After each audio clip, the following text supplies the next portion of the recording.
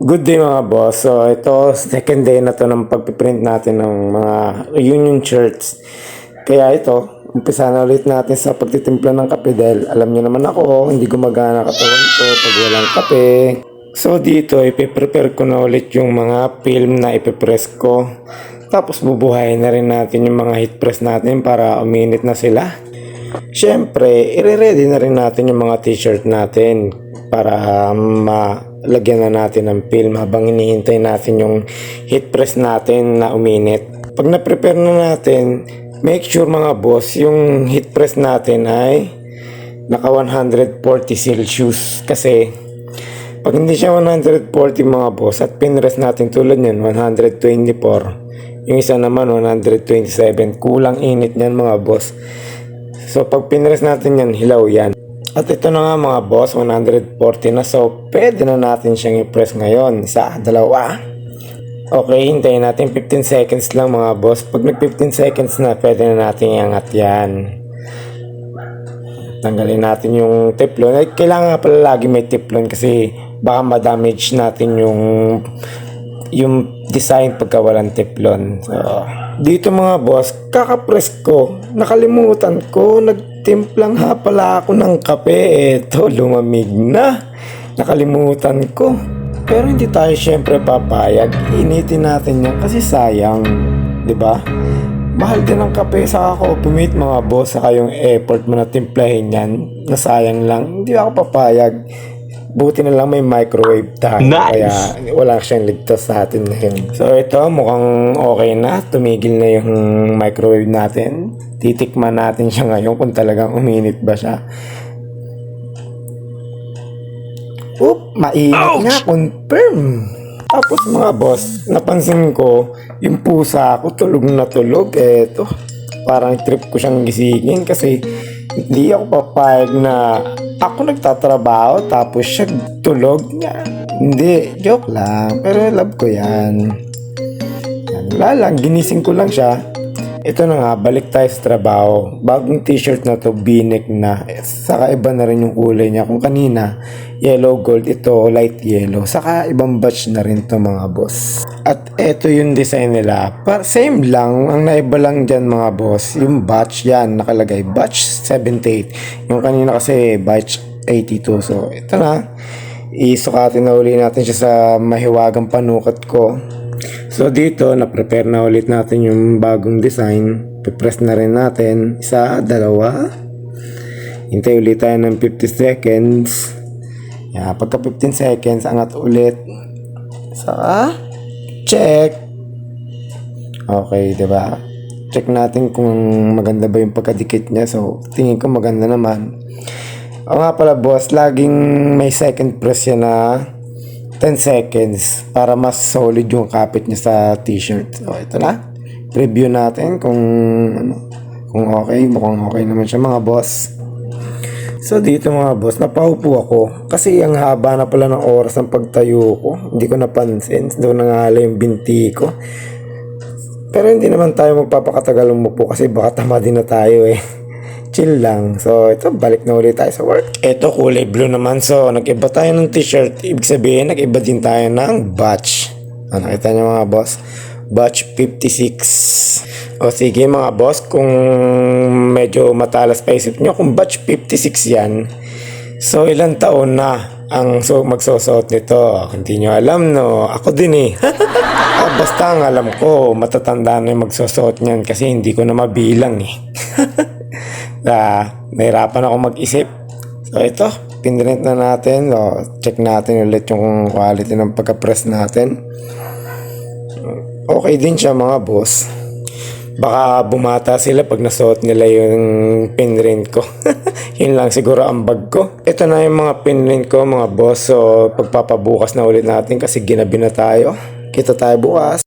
So ito na nga mga boss. Ito stretching na tayo kasi mag-uumpisa na tayo mag-print. Kaya okay, eto alam nyo na pag may hawak na akong tasa, isa lang ang balak natin yan. Kape. Siyempre, para ganado tayong magtrabaho, kailangan natin pampainit mga boss. Lalo na yung paborito kong timpla. Solid. Kung makikita nyo mga boss, yan yung ginawa ko kagabi. So, dami na rin. Tutupiin ko na rin yan mamaya. So, oras na para buhayin na naman natin yung maiwagang heat press natin. Nakaset na yan ng 140 mga boss. So, hintayin na lang natin siya maging 140. Syempre, higup-gupin na rin natin kape natin. Baka makalimutan na naman natin eh. Ito nga pala yung mga gagawin ko sa Shopee today. Dami, di ba? Kailangan kong i-priority to mga boss kasi naka-cancel kasi ang Shopee. Kaya unahin natin siya bago natin gawin yung reunion shirts. So, ganun din ang process niyan. I-hit press lang din natin. Ito, isa sa mga na-print ko mga boss. Oh, si Thanos. Stick, di ba? Kaya, isi-second press na natin yan para mas solid yung dikit niya sa tela mga boss. Gaya nung ginagawa ko sa araw-araw. O yan na, second press na natin ng 10 seconds yan. Pakit muna tayo sa atin. At dahil na-press na nga natin lahat, so kailangan naman natin gawin ay tupiin. Isa-isa yan, tutupiin mga boss at babalot natin yan sa plastic. Kasi para ready na siya for drop. Lalagyan din natin ng brand natin syempre. Okay, pag nabalot natin siya mga boss, saka natin siya ngayon ilalagay sa pouch ng JNT. Isa yan sa mga drop-off namin. Ayan yung waybill niya. So, sticker yan mga boss. Didikit lang natin yan. Tara! One down. Alam niyo mga boss, nakakalibang din naman gawin tong mag-print. Lalo na pag natapos mo lahat. Masaya din sa pakiramdam eh. Kaya, na-enjoy ko to araw-araw. So, ito, ibang drop-off naman to mga boss. Shopee Express. Kanina, JNT. Yung isa naman flash. Mamaya pakita ko sa inyo.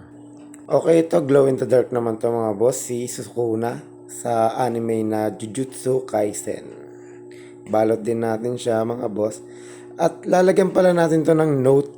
Yan, instruction niya mga boss. Kung paano umilaw. Yan. Nakalagay doon kung anong gagawin mo para umilaw yung glow in the dark. Ito na nga yung Flash Express na sinasabi ko mga boss. Ganun din, didikitin natin yung sticker, tapos na. So, dahil nabalot na natin lahat, na stickeran na natin, kailangan na natin i-ready at i-pack para ma-drop na natin. Grabe mga boss, dami na ito. Napagod ako dito mga boss. Shopee pa lang to, wala pa yung reunion shirt. So, ito na nga mga boss, dadalhin na natin to sa drop-off area. Okay, buksan na natin yung gate para mailabas na natin yung motor. Okay, tara mga boss, samahan nyo ako. Alis na tayo para pumunta sa mga drop-off area.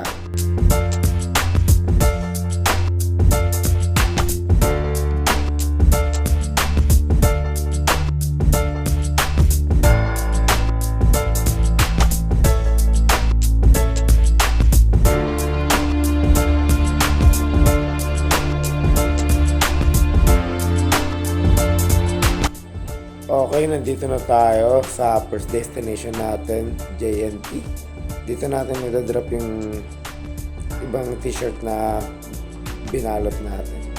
Okay, ilalapag na lang natin dito para ma-punch na nila yung mga barcode. Okay, dahil tapos na tayo sa JNT, punta na tayo sa second destination natin sa Shopee Express at Flash Express. Maswerte tayo sa Shopee Express at sa Flash Express mga boss kasi isa na lang yun ang pinagdadrapan natin. Hindi na tayo pupunta sa iba pa. Ang maganda pa na ito mga boss, lahat ng pinagdadrapan ko malapit lang sa shop. Kaya hindi ako matatagalan dito. Pagka-drop ko makaka-uwi din agad tayo. Medyo malapit na tayo sa destination natin. Konting kembot na lang. Natatanaw ko na. So, eto na, dito na tayo sa second destination natin. Flash saka Shopee Express. Okay, akit tayo ng hagdanan kasi nandun yung drop-off mismo sa second floor. So, pupuntahan na natin mga boss. Okay, magdo-doorbell muna tayo para pagbuksan tayo ng pintuan. At nakita ko yung kagwapuhan ko sa pinto. Okay! Okay, ito na nga pala yung drop-off ng Shopee at Flash. Bibigyan na natin kay ma'am kasi para ma-punch niya na rin. After nito, pwede na rin tayong umuwi. Tapos, saka natin gagawin yung balance natin sa reunion church. Okay. So, okay na tayo dito. Tara, uwi na tayo mga boss.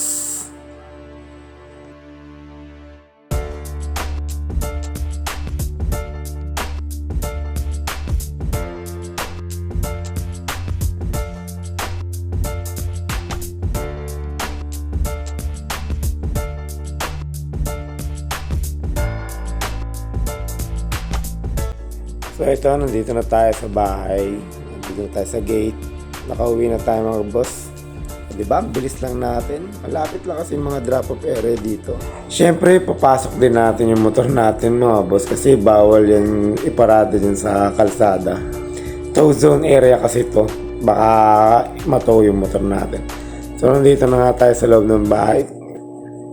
Okay, ito naman yung gagawin natin ngayon sa reunion. Yung mga cups nila. Siyempre, iba yung pamprint natin ng cup mga boss. Yan. O diba, late lang ng pampress niya. So, ang una natin gagawin, didikit muna natin yung design bago natin i-press. Same lang to mga boss, 15 seconds sa unang press. Tapos, 10 seconds naman sa second press. Parang t-shirt lang din. Kaya nagbibilang na ako, diba? Pagka 15 seconds, angat na natin para check na natin kung ano yung quality niya. Kung maganda ba yung pagka-print niya. At syempre, kailangan natin palamigin bago natin ipil yan mga boss. Kasi pag mainit-init pa yan, baka malambot pa yung design niya. So, mukhang solid naman. Kaya second press pa natin yan para mas lalo siyang dumikit. Gaya ng sa t-shirt mga boss. Yan. 10 seconds lang yan. Okay mga boss, solid na. Pogi, di ba? Oh, hindi yung cup ang tinutukoy ko dun ha. Yung nag-print syempre. So, palit na tayo. Ibang batch naman. Ito kulay red. Ganun din. Same process. 15 seconds. Tapos second press. 10 seconds. Okay. Mukhang solid na rin to. Pero dahan-dahan lang natin ipipil yan mga boss. Nakita nyo, di ba? Ang ganda rin niya sa red. Yan. Press natin siya ng 10 seconds. Okay, another one, solids.